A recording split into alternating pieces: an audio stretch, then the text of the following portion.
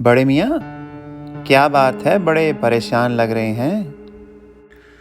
अरे भाई क्या बताएं। जब से ये कोरोना आया है कुछ अच्छा खाने को ही नहीं मिला। अरे क्या मतलब? क्या बड़ी अम्मा कुछ नहीं पकाती? मियाँ बात ये है कि पहले मेहमान आते थे तो घर में अच्छे अच्छे खाने बनते थे।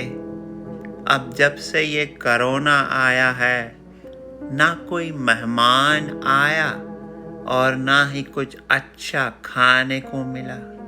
बस दाल चावल पे गुजारा है।